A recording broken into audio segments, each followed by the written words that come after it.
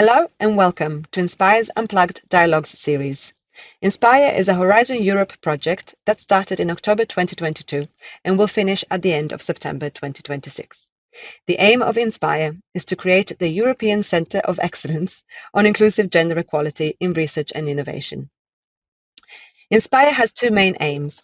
Firstly, to build up the evidence base on how to integrate an intersectional perspective into gender equality plans, as well as providing practical support to 12 communities of practice of approximately 90 organizations working together to design, implement, and evaluate an inclusive change process.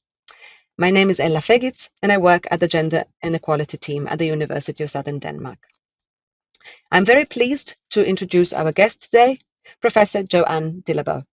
Jo-Anne is Professor of the Sociology of Education at the University of Cambridge and Director of Studies for Sociology at Homerton College. Her scholarship brings together sociology of education, social theory, particularly the work of Hannah Arendt, studies of exile, memory, critical youth studies, and, more recently, the sociology of intellectuals. Jo has published 5 books and has published extensively in leading international journals. She's currently completing a monograph, Hannah Arendt and the Ambivalent Intellectual in a Changing Global Order, and co-editing Academic Freedom in Turbulent Times with E. Buckner. A former co-editor of Gender and Education, she consults for organizations such as UNESCO, was lead PI on the ESRC-funded University in Crisis project, and serves as a director of the Hannah Arendt Consortium on Crisis and Political Transformation at the University of Cambridge. Jo is currently part of the Cost Action, Rising Nationalisms, Shifting Geopolitics and the Future of European Higher Education Research Openness. She also continues her research on marginalized young lives living in global cities. Welcome, Jo, and thank you so much for being here with us today. Pleasure. Thank you very much for having me. We have several questions today, and specifically about the rise of neo-nationalism and populism and right-wing populism in higher education. So in your paper, Higher Education, Violent Modernities and the Global Present, you discuss this age of new extremes. And so my first question to you is, how has the cultural and political shift towards neo-nationalism and right-wing populism affected higher education? So that's a great question, and it's one question that sort of demands quite a few layers, but let's just start with how to frame it. So in thinking about the paradoxes of the university, on the one hand, we might think that it's a holding environment. That's a term by Bonnie Honig, a holding environment for democratic dialogue or agonistic judgments that are done in collaboration with others. But what we're seeing in this new moment, if you like, is a reframing of the university, a kind of repoliticization of the university as a symbolic battleground. Universities are increasingly narrated by populist nationalist actors and are influenced by geopolitics and are sites of ideological capture. And we're seeing this in the US, we're seeing it in Hungary, we're seeing it in many different places, but that reframing has practical consequences on various aspects of the university: funding pressures, interventions into governance, so governance overreach. We might think in the UK about the prevent duty, constraints on curricular and research agendas in the way that we're seeing in Serbia at the moment, and a values recognition that disproportionately targets work on the kinds of gender and equity issues: race, gender, sexuality, migration. All of these things are under threat inside the university. So that sets it up, if you like. Now, the next thing that one could do is say, what are the kind of critical observable effects? Pressure on academic freedom and institutional autonomy. That's the more obvious one. European monitoring work basically shows us that academic freedom is eroding, and it identifies substantial political polarization and interference as key drivers.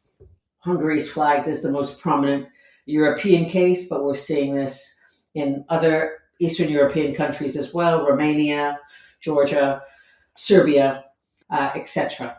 And these are infringements, if you like, on the autonomy and freedom of the institution, not only just institutional autonomy, but also academic freedom more generally. So attempts at capturing the institution or even subject disciplines and transforming them into nationalist projects. This is all very interesting, and I was very curious to hear a little bit more about how the efforts towards gender equality and diversity and inclusion more generally have been impacted by this shift in higher education. It's happened in a number of different ways, but primarily what happens when you're looking at neo-nationalist capture of the state and its modern institutions like the university is that essentially it works in three key ways. Some people call it, in inverted commas, it's not always this way across every state, but the kind of holy trinity of neo-nationalism. And that is tradition, nativism, and heteronormativity as a framing of the kind of old world nation state. So this kind of triangle of ideas that are about the sacred nation state. And that recapturing of this sacredness means that all institutions need to conform in ways that are about that Holy Trinity. And that creates polarization, substantial division among political constituencies, but it also incites fear.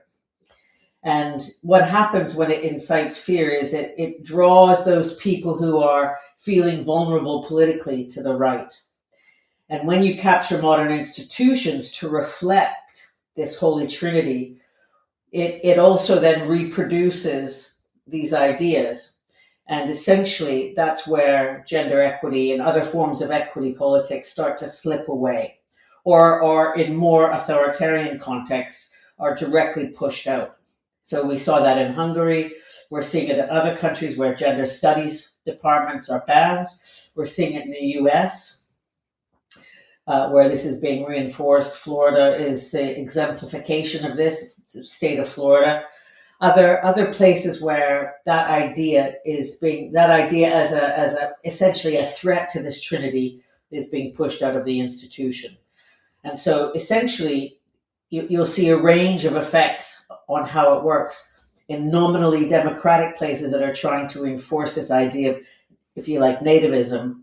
Then it will be slowly pushed out, or people will be purged, or the departments will be purged. If you're looking at it in a more fundamental authoritarian space, which is basically what Hungary has become in terms of knowledge production and freedom to research what one likes or what one thinks is important for the public good, means that it's eliminated, and they find all sorts of loopholes, primarily through the law, to transform that so that people do not have a right to fight it legally.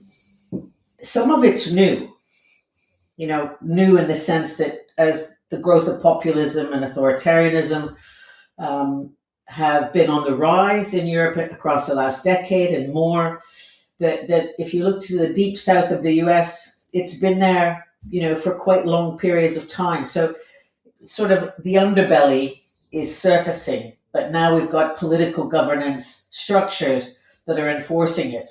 So you brought up Hungary a couple of times, and in your paper, Making the Nation and Epistemic Sovereignty Legible, the SZFE crisis and the illiberal university in an age of new extremes, you have taken Hungary as a case study. And my question to you is, what can we learn from Hungary, which has been going through these processes for much longer than other European countries? So we might say that Hungary is a leading indicator case for how authoritarian-leaning projects reshape higher education gradually. And they do it in many different ways. First, for example, it might be shifts in juridical practices and legislation. So rule by law. So in Orban's case, basically it's legislation that begins to shift the way in which we capture HE, and there's a whole number of ways in which that's done. But one of them is in the Hungarian case is that Orban's government created a think tank that actually captured the universities and brought them under a private think tank inside a state governed realm. And that allowed them, and they did that through shifts in legal legislation about higher education. So that was the first step. And that becomes an instrument, if you like, for shifting the ways in which we see higher education more generally. And the legal changes made challenging it untenable, really quite difficult.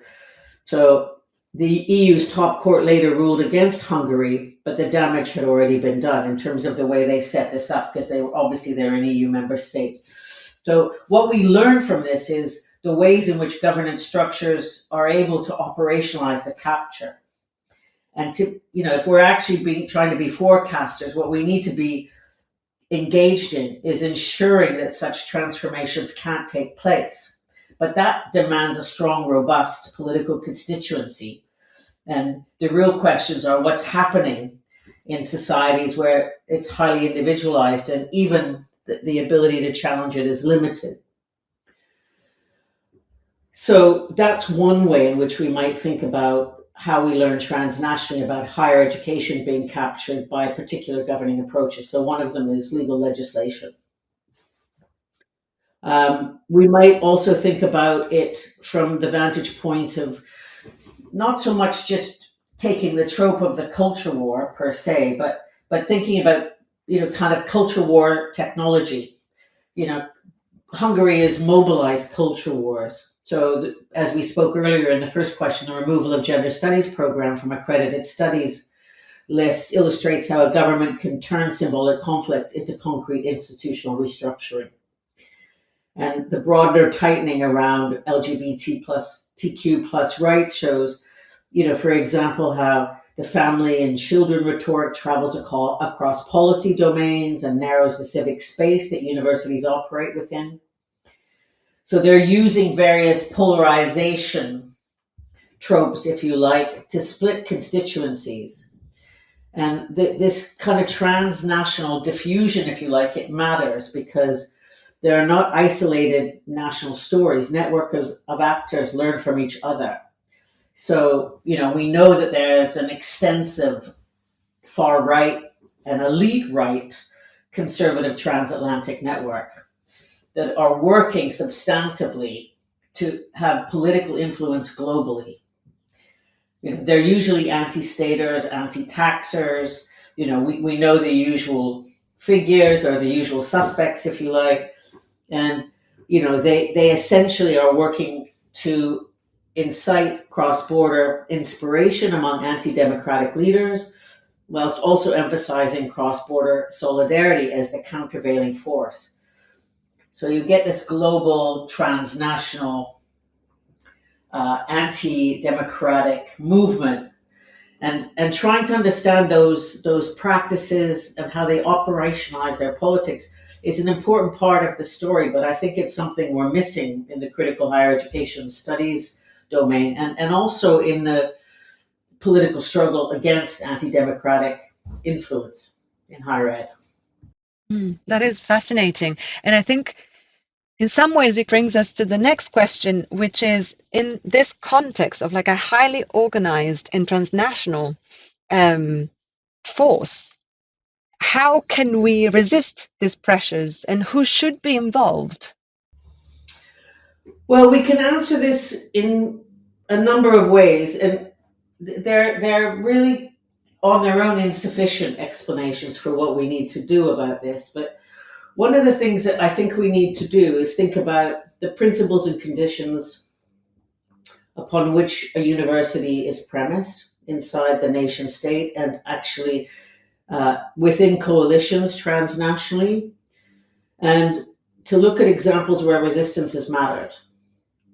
So this is important. So one of the things that I think would be very important, and I think this happens in the Cost EU project that I happen to be working in, that's run by Katia Braga, is coalitional governance is crucial in thinking about how we shift the gears and the ways we think about the capture of institutions and capture of academic freedom, coalitional governance. And when I talk about that, I'm thinking about the politics shaping senior leadership, faculty governance bodies, unions and professional associations, student organizations, external and civic legal groups. And the core point is that when academics and people in senior leadership are overly corporatized and overly individualized, overly bureaucratized, the likelihood for resistance and these coalitions is limited. When these exist as transnational solidarity structures, and I don't just mean it in terms of politics, I mean in terms of decision making, collective judgment. Hannah Arendt talks a lot about the idea that we are losing our capacity to have collective judgment and decision making around what it means to be a truth teller inside higher education.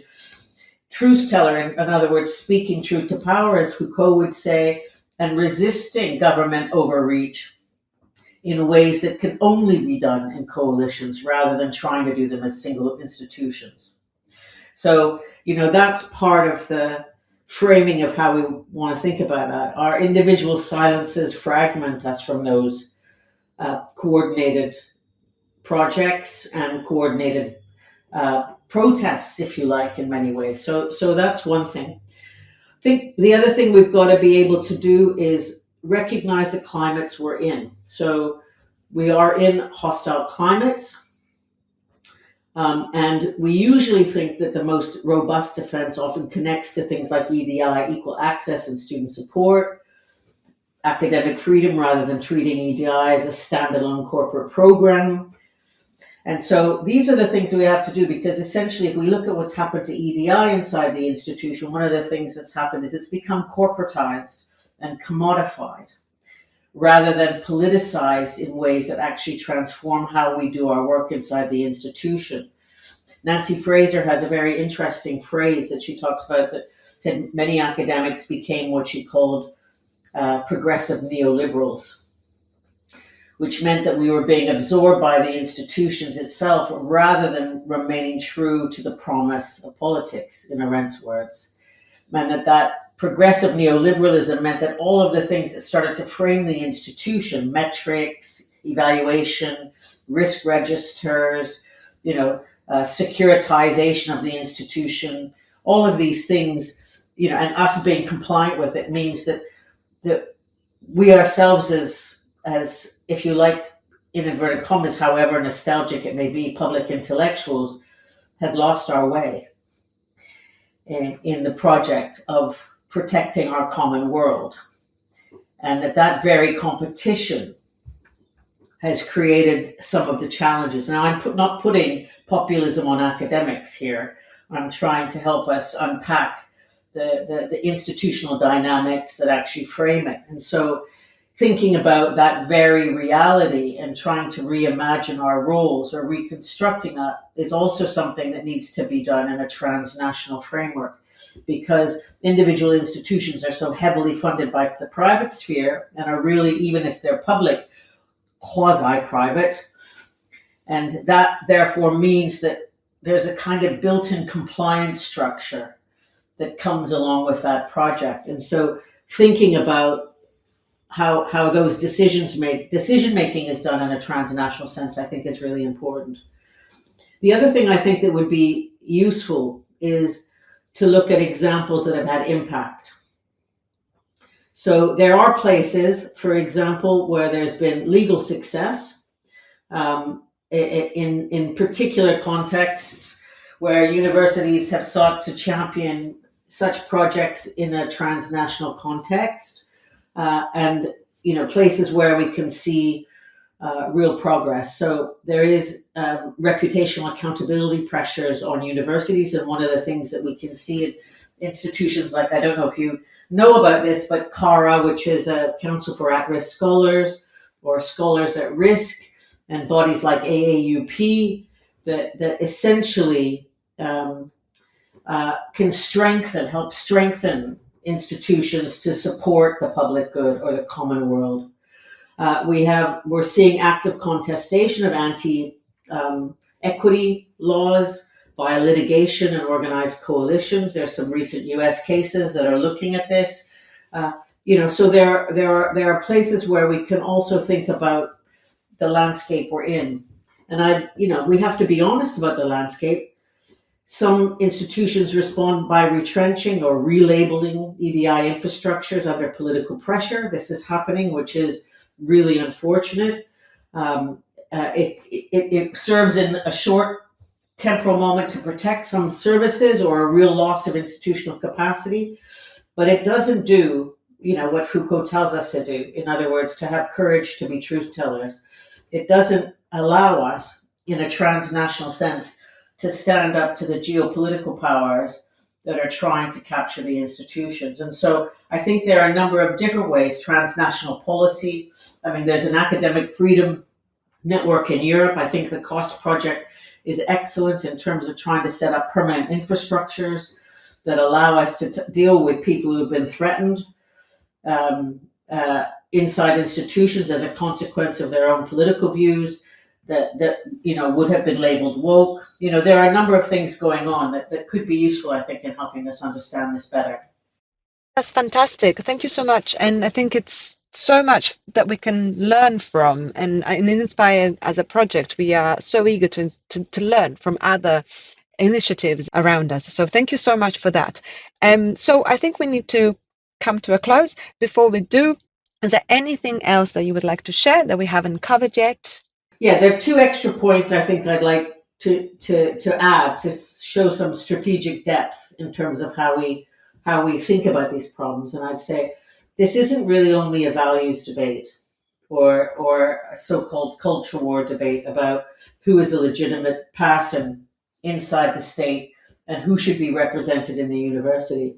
It's to do with the political economy of HE. So we've talked already about this in some way, but funding scarcity, this dependence on non-public sources makes the institution more vulnerable to external pressures, political or private.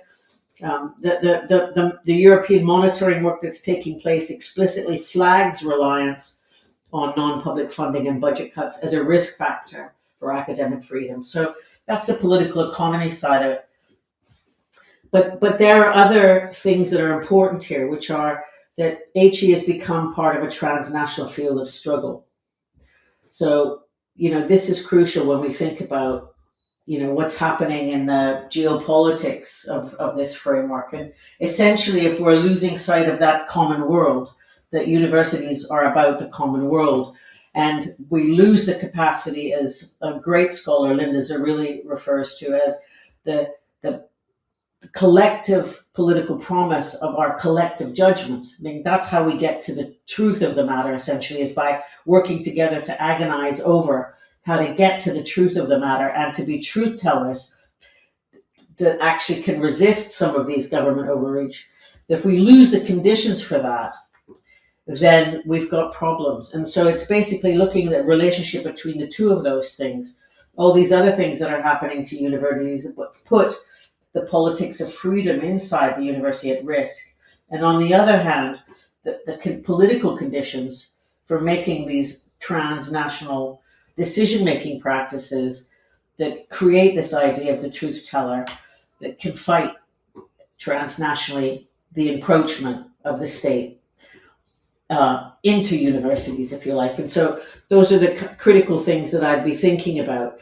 And, ultimately, we've got to look at that, these bigger questions about the collapse of common sense, the question of freedom and judgment, the relationship between the two, the capacity for this condition to lead us to something called worldlessness. Arendt talks about that, where basically this is attack on world-building institutions, but politics depends on a shared world in which plurality, appearance, and contestation are possible. But if that world is eroded, societies become vulnerable to authoritarian narratives that promise certainty, unity, and moral clarity, but in the name of often this idea of the Holy Trinity. And so, we've got to know what's going on before we can resist it, but some of the strategies I've explained and tried to share.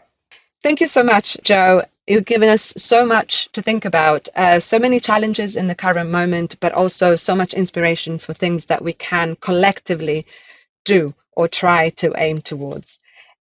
So thank you so much for being with us. Oh, a pleasure to be with you. Thank you so much for inviting me to the podcast, and a pleasure to be involved. Thanks so much. And thank you to all our listeners for being with us today. Goodbye.